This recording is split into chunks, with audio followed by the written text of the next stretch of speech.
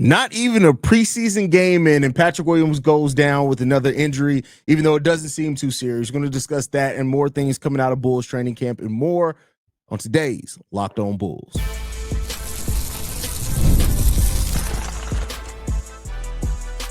You are Locked On Bulls, your daily Chicago Bulls podcast. Part of the Locked On Podcast Network, your team every day. Thank you for tuning in to Locked On Bulls, member of the Locked On Podcast Network, where it's your team every single day. I'm Haize, host and creator of Chicago Bulls Central, Chicago Bears Central YouTube pages and podcasts, and I'm joined by a special guest today from the Cognac Boys, Chi Bulls podcast with the Cognac Boys, Chicago Bears Central. C-Dub is in the building. What's going on, C-Dub? What's up, man? I appreciate you letting me up on here in your crib, man. Appreciate you, man. Hey, listen, just don't do the Rick James on my couch. We all good, man. We all good. But with that said, today's episode is brought to you guys, by the way, by FanDuel. Right now, new customers can bet just $5, and if your bet wins, you get $300 in bonus bets to use across the app. Head to FanDuel.com to get started. C-Dub. Patrick Williams, bro. Patrick Williams. This is one of those seasons that I do think it's important for P. Will to attack and to attack early. Apparently, he went down in practice today, coming down and trying to run. Billy Donovan explained it as maybe his shoe got caught up kind of underneath him. He rolled an ankle. Doesn't seem like it's anything too serious. He was able to return to practice and be on the stationary bike on the sideline, but did not, get up and down, get on the court, those type of things. They're probably trying to see if any swelling develops or anything like that. But C-Dub, I personally think that this is there's too much going on. Like the depth chart, there's a lot of players that are all kind of gunning for one spot for the Chicago Bulls in that 10th man spot in the rotation. I know P. Will is getting the $18 million contract, but I just think it feels like this year in training camp, the Bulls are really truly coming with that. Who's ever bringing it the most and consistent, that's who's going to get the playing time. How do you feel about this with P. Will?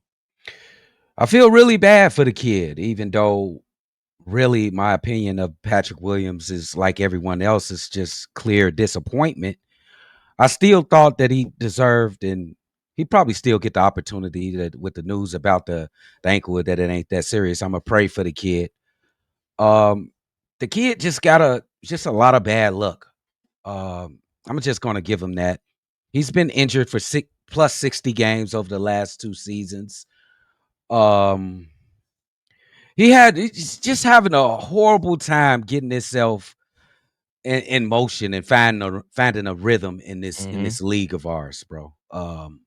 I know look at his athletic gifts. He's athletic to the core, strong kid. I think he's a good kid too. But it's just not impacting the team as much as everybody thinks that he should be. And maybe this is him. He's 9-4. That's what Patrick Williams is. He's 9 points, 4 rebounds when he's coming off the bench or when he's starting. That doesn't mean that he's a bad player, but expectations should be lowered for Patrick Williams. And if it ain't lowered at this point, you're an enabler. Let this kid earn everything that he deserves. Now it comes to this competition, especially at the wings and the 3 or 4. Patrick Williams, he was up against it, man. You got a guy like Kevin Huerter, who I think Billy Donovan likes. He likes a shooter in the lineup. You got Noa Essengue, just got drafted. He's athletic. He's sort of like Patrick Williams. We still got to develop this guy. And then you got a newly acquired Isaac Okoro, who seems like he's the guy to be the starter for the Chicago Bulls. We'll talk about that in a minute. It's just too much competition for Patrick Williams to have this bad, like an injury before the season even starts. I hope that he can heal up pretty quick and really get a fair shot at earning minutes with this team and being in a rotation and impacting this team in a positive way. I still think that he can do that, but we just got to calm down the expectations for Patrick Williams.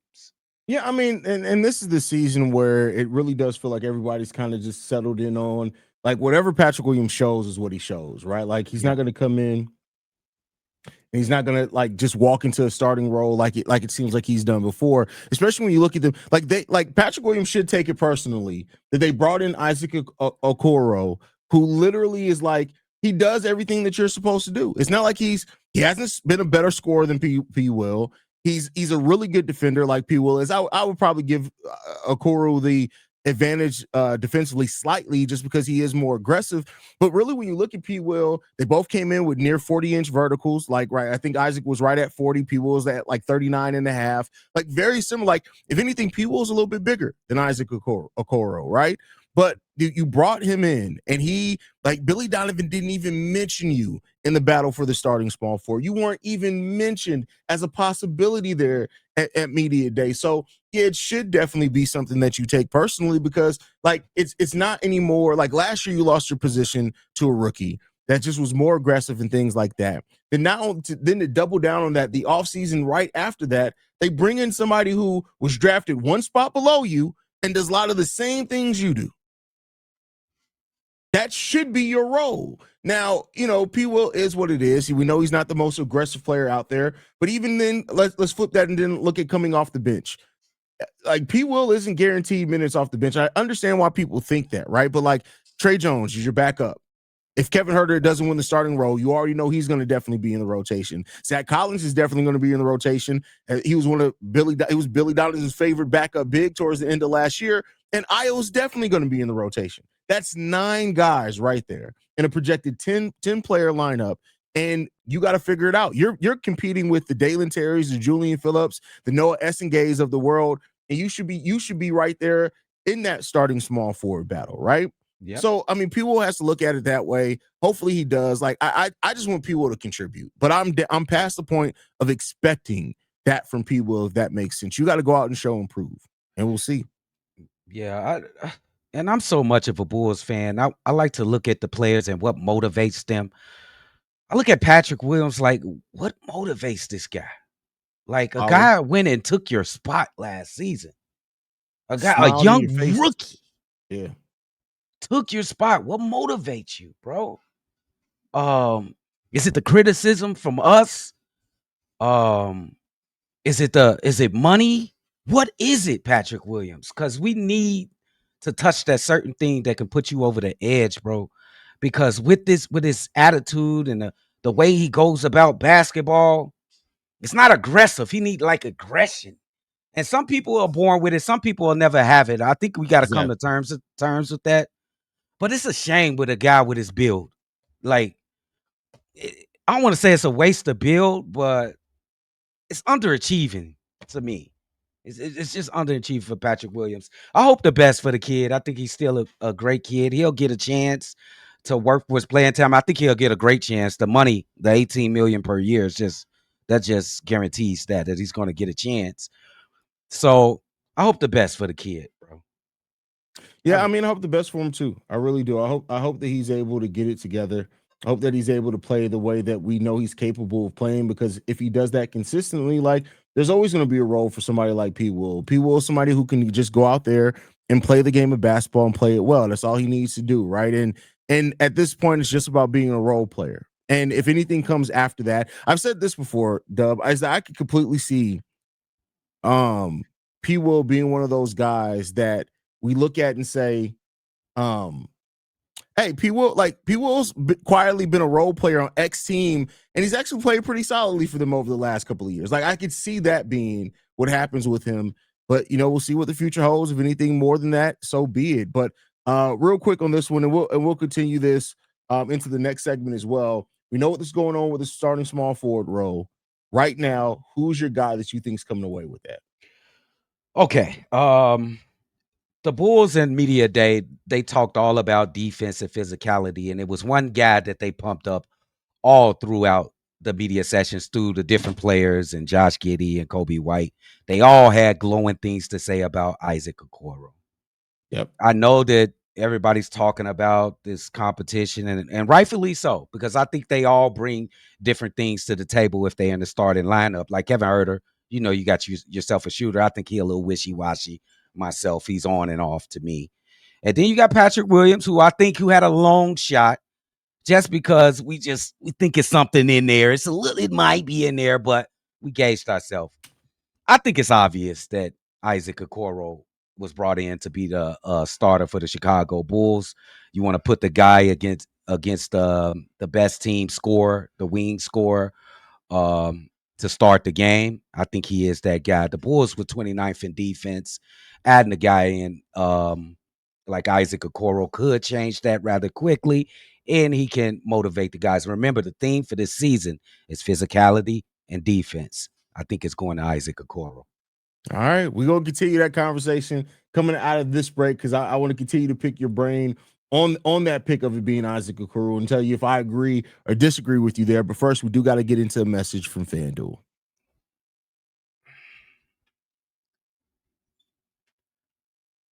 And my computer is moving slow. There you go. The NFL season is here, and FanDuel has an offer you don't want to miss. Right now, new customers can bet just $5 and get $300 in bonus bets if you win. That's right. Pick a bet, put down $5, and if it hits, you'll unlock $300 in bonus bets to use across the app. I love FanDuel, how FanDuel gives me so many ways to play. I've built parlays, tried player props, and even followed the live lines during the games. It makes watching football even more exciting when you've got a little something riding on the action. Whether you're a casual fan or love diving into the stats, FanDuel makes the game day experience so much better. So what are you waiting for? Visit FanDuel.com to download the FanDuel app and get started. More Locked On Bulls coming up next.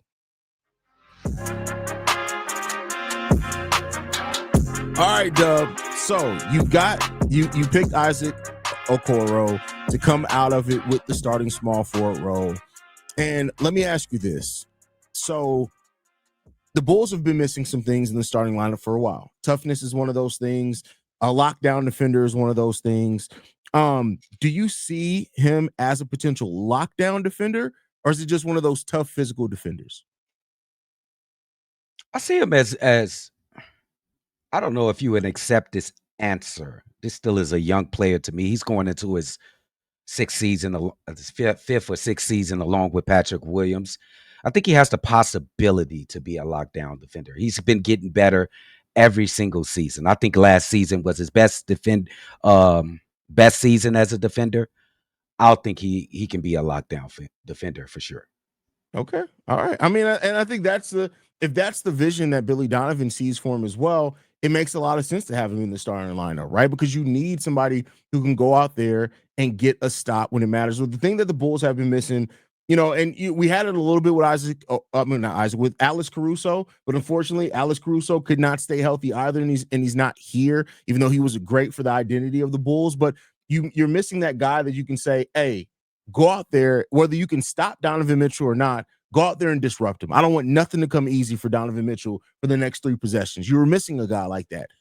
If you can view Okoro as turning into that guy, then it makes sense for him to be in that starting lineup for you, because that's something that you're missing in that starting lineup that you do not currently have. So, we'll see if he can be that consistently for the Bulls this year. I think the world of him, regardless of how you view him as a lockdown or not defender or whatever you view there's a huge opportunity. And I said this before, and you can tell me how you feel about this, Dub.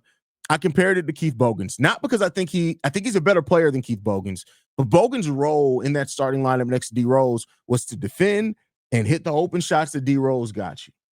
I think Okoro's role is going to be a lot similar to that, while also attack the paint when we're in transition. And I think he can do all those things admirably well. What do you think? Absolutely, especially since he's been improving his offense, especially last year. I think he shot 37% from the corners. He's really excelled from the corners, especially last season. His role would be definitely that, what you just stated, run in an open floor. Even though I kind of have a question, because the AK and Billy Donovan, they were preaching that they wanted guys that can play defensively and be dynamic on offense. When I look at Isaac Okoro, I don't look at a guy that can be dynamic on offense, even though he's improving.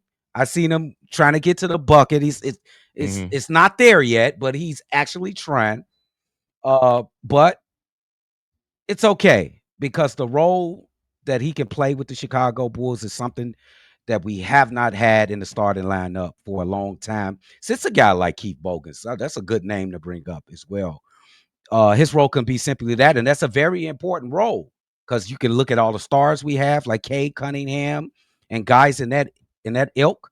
Put a guy out there like Isaac Okoro, and you can put less attention in your game plan on Cade Cunningham. You can rely on this guy not to stop him, but to make him work. And I think a guy like Isaac Okoro can make most offensive elite offensive players in the Eastern Conference work for what they want to get. I think you're absolutely right about what he can bring to the starting lineup. Isaac Okoro can. Okay. All right. Yeah. The more and more, like, so I went into this season looking at Okoro and Herter and Io DeSumo as being the potential starting threes, right? That was before media day and all that. And as you know, Billy Donovan talked, and you know, we know how much he does trust Io DeSumo. I can see Io because he brings that mix of off defense, and I can see him coming off the bench in an important role, mainly because Io can do any of it, right? Like if you need somebody who can bring a little bit more offense in transition, Io can do that. If you need somebody who can go out there and play really tough defense, Io can do that. So I think Io is going to be that Swiss Army knife off the bench for you for sure. But then you also have to figure out the rest of it. What's up? So you see I'm doing something. What's up? Ask your sister to help you. I'll come up there when I'm done with this. But so like you could see how the depth's going. Now that's the next thing that I want to ask you, Dub, is that Billy Donovan's talked a lot this offseason, like between the with him being out there media day, last 2 days after practice, he's put on almost 20-minute sessions with the media each of the last 2 days after practice. And depth, physicality, defense has continued to be things that he's brought up here. How do you feel about the Bulls' depth going into this season? We talked about how you got 5 guys: Jalen Smith, Julian Phillips, Dalen Terry, Patrick Williams, Noa Essengue competing over the 10th spot. Like this is I can't remember the last time it felt like we legitimately had 10 players that I kind of want to see all of them for different ways play for this team. How do you feel about the Bulls' depth coming into this season? Yeah, Billy Donovan talked about just that. He talked about a long bench, meaning they want to use a lot of players. They want to get up and down the floor. They want to actually get more possessions than they got last season, which they really had a really high output when it comes to possessions, especially at the end of the season when they went 15-5. They kind of showed the way that they really want to play basketball, kind of like an Indiana Pacers 2.0. They actually want to play faster than the Indiana, the way Billy Donovan speaking. I think the depth that we have on this team is exactly what they said they should be: young, experienced, can do multiple things offensively. Except for Kevin Herter, defensive minded. He tries. I mean, he gives effort defensively, right? Yeah, like, he tried. The metrics for him last year were actually pretty good as a defender last year. Yeah. I think we have an underrated bench, to tell you the truth. I don't think we're world beaters or anything like that, but for the specific type of offense that Billy Donovan wants to run, which is an up and down, we want as much possessions as possible. They want the uptick in steals. That doesn't mean gambling and stuff like that, like Billy Donovan was talking about, but be in the right position. Gather them extra possessions, because that's what it's all about. I think we got it can be better, Drip. It can be better, but I think we got a good bench if they want to go as deep as they want. You could go all the way to Jalen Smith, Zach Collins. You forget about Trey Jones is still on the bench. You got Dalen Terry, Julian Phillips. You know, who knows if Yuki Kawamura can ever get up to the big leagues and actually get some rotational minutes. We got a long bench, bro, and they got some experience and they can play as well. So I think the bench is good. Yeah, I think the bench is going to be solid in the sense that we're going to be able to keep up the pace, and that's been something special. And Billy Donovan's talked about using the pace to their advantage and keeping up the conditioning. And legitimately, we can keep up the pace. Like, I know that Trey Jones isn't Josh Giddey, right? But he does a lot of the same things. Really good passer, low turnovers. Josh Giddey actually has pretty high turnovers with low turnovers. He can stretch the ball. He can hit an open three, right? And you look at that, Io, one of our best passers in transition. You then throw out, even if Kevin Huerter does, end up coming off the bench, you have your shooter in that. You got Zach Collins as your solid big. Like the bench could have its own identity and it be in line with the same thing that we're trying to bring for the starters. So, we'll see. And it finally is starting to feel, I think, Dub, the way to word it is that it feels like the Bulls have a play style and one that actually makes sense to the NBA now. And we just got to see how successful they're going to be playing it. You're absolutely right. The Bulls have moved into modern basketball. Could it be? I didn't want to move too fast. You gotta wait see, but right now we're talking about the theory of it, right? Like, of course, we got to wait and see how successful they are in running it and stuff like that. But like, it just seems like for example, last season we started off with the 20-second shot clock in training camp. We kept up the pace. This year, Billy Donovan did the thing where he kept one rotation out there. I mean, one unit out there, and then rotated the other unit. And the other unit, the original, they just kept getting exhausted. They just kept throwing waves of players at them. Like, they're trying to get to the place of getting that physicality. And if they can do it, if they can become a more physical team, and it's going to have to be team defense, if they can all buy in to what they need to do defensively, because we don't have a lot of one-on-one individual defenders. We do not. If you can buy into team defense and add that to what you already were able to do offensively last year, they could be cooking with something, Dub. Could be. It could be cooking something. And especially with this year, with all the injuries we have in the Eastern Conference, we could. It could happen. Nobody knows. They haven't bounced one dribble on the basketball court yet in preseason. We will see.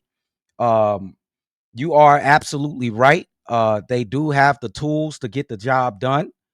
Let's just see if they all put it together, man. It's up to those guys how much they want it, and how together are they? Because it seems like I like the camaraderie of the team. Yeah, they all seem to like each other and enjoy each other, which I know that sounds like something that is like one of those fluff things, but that could legitimately help a team find its identity. So we'll see if that's the Bulls this year, man. But we're going to get into the last topic for today. We're going to discuss Noa Essengue. I want to talk about it and ask the question, can we talk about that 10th man? Can Noah sneak into that spot? But first, we got to get into a message from Peloton. Peloton is shaping the future of fitness with the brand new Peloton Cross Training Tread Plus, powered by Peloton IQ. It's their most advanced equipment yet, designed to give you real-time guidance and endless ways to move, whether you're running, lifting, or cross-training with your favorite instructors. This is training reimagined. Peloton is built for breakthroughs with tools that help you plan, stay motivated, and reach peak performance. I love how Peloton IQ system offers real-time strength conditioning coaching. It actually tracks your reps, suggests the right weights, and corrects your form, making every rep safer and smarter. The swivel screen is a game changer. You can go from running on the Tread Plus to strength training without missing a beat. So let yourself run, lift, flex, and push forward. Explore the new Peloton Cross Training Tread Plus today on onepeloton.com. More Locked On Bulls coming up next. All right, Dub, before we get up out of here, man, Noa Essengue. This is what everybody's talking about, man. Billy in media day admittedly sounded really excited about Noah, but then he kind of tempered the expectations a little bit, as did AK. This is the youngest player in the NBA, Dub. And I do think they're going to bring him along slowly. There's been a lot of talk about having a similar plan to Modest last year. It may be a little bit on the slower end than that, too, because even Modest in that first month was getting like 5.7 minutes and things like that. I do think we're going to see a stretch of Noah in the G League, maybe. But this is a guy who played professionally for 2.5 years, bro. Even at him being almost 19 years old, he's played professionally against grown men. He stayed in Chicago instead of going to Eurobasket. He could get his body ready for NBA basketball, stayed working with the player development department. Billy Donovan has talked about how he shares some similar mindset things to Modest Buzelis on the court. He's not as outgoing off the court, but on the court, he has reportedly some similar mindset things there. Can Noa Essengue sneak into the rotation this year? Yeah, with authority. Okay, I'm gonna be a little critical with Billy Donovan's logic with these young players, especially with Montes Buzelis. I'll run with the logic if you let the kids just get out on the floor and learn with experience. His is you have to earn your minutes to get on the floor. I see that's his kind of logic that he likes to go out. I don't want to say what Billy Donovan calls Montes Buzelis, but I think that Montes Buzelis was the best rookie from last year's class. That's just my opinion. I want to say he should not look at Noa Essengue and think it's the same situation as Montes Buzelis' situation from last year, just for the things that you just stated. This kid has played against grown men overseas in the professional league. Now, it's not as good as the NBA. Nothing is Very good as different the level of NBA. competition for sure. Very different level of competition, but you learn how to play as a pro. You got responsibilities as a pro, and some of that stuff can only be counted as a positive. Now, when we talk about the measurables about this kid, it's just unbelievable. Some of his great qualities. He's 7'1" wingspan. He's got a standing, 11 feet tall reach. I just over 7'11", exaggerated. I think. It's something Yeah, like it's a long standing reach. like the kid can play. He can. People say he can't. He has trouble shooting a ball. Look at the form. He's going to be able to shoot the ball if you just look at his form. He can get to the basket. And his best quality overall is defense. With that length, that's what's going to get you on the court more than anything else. Look at Ayo Dosunmu, that rookie year. He wasn't offensively advanced in that first rookie year. It's more like fast break and open jump shots for Ayo Dosunmu. But what got him on the floor and got the trust of Billy Donovan was his defensive pressure and running up the floor. I just think that Noa Essengue, sooner than later, I don't think it's going to take long, Drip. He's going to be in this rotation. I agree with you. I mean, you look at the things and Noah talked about this when he was interviewed after day one of practice. He was asked what Billy Donovan wants of him, and he basically said energy on both sides of the ball and defense, right? And when you simplify stuff like that for a rookie, to me, it increases what the productivity they can give you, because like if Noah is engaged defensively and as far as offensively, yeah, his shot's going to come along. And like you said, good form on the shot, but like with his length and ability that he has to run the floor, it's going to be lobs there from Josh Giddey and Coby White all day long. Protect the rim, which is another thing he's really good at. And I don't know if you got a chance to look at this, Dub, but like the dude averaged almost 4 free throws a game. Like he gets to and that's something the Bulls need help on, is getting to the free throw line, attacking the rim. So I could see where his skill set overlaps. It really, I think everybody's just waiting to see how well do you adapt to the NBA part of the game. If you adapt to the NBA physicality, I could see the sky's the limit for Noa Essengue. So whenever that clicks for him, it's going to be big, man. That's going to be big. And I'll ask you a question. How much stock do you put into summer league physicality? Great question. I mean, here's the thing, and I'll use this as a perfect example. The game that Noa Essengue got dunked on, which everybody used the meme, crazy face, all that type of stuff. People forget he put up 21 points on them. Mm-hmm. He did not back down at that moment. He didn't shy away. If anything, he used that as saying, all right, bet, let's go out here. I'm about to cook you. He cooked after that, right? Yes. So from what I've seen from what he did in summer league, like he doesn't back down from physicality. So, it's still a different, it's not quite NBA, somewhere in between NBA and G League competition there. But I mean, he's still playing against people who are all competing for roster spots. So I put a little bit into it. To me, this opportunity that he's going to have, we know Coby's not playing in preseason, at least not the first couple of preseason games.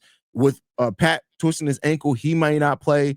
I think they're going to give him a little bit of run in this preseason. I think that's going to be the Here's the thing. We forgot about this. His international team played against the Portland Trailblazers last year. I know the Trailblazers weren't great. He put up 21 points against the Blazers, an NBA team. Absolutely. So that's a great answer. And this is why I said that, because we've seen a little bit of adjustment from Noa Essengue in summer league. That first game, he had to adjust he kind of got pushed around in that first game of summer league. And what did he do? The games after that, he adjusted to the physicality and the defense of the I don't want to say the NBA, the summer league NBA tournament. Mm-hmm. And from then on, once he made his adjustment, he was just full blast off. And it was nothing. He looked like a veteran. He looked like a 5-year veteran of summer league. but he looked like he got used to it. It wasn't a problem. So I do not have. I know it will be an adjustment period for the kid because he is like 190 pounds soaking wet. Because he definitely got to start eating his hamburgers and going to Chili's, get them 2 for $19.99. Yeah, especially because his long-term position looks like it's going to be 4, maybe some small ball 5. If you can even call it small ball 5, you got a almost 8-foot standing reach. I don't know if you can call it small ball 5, but yeah.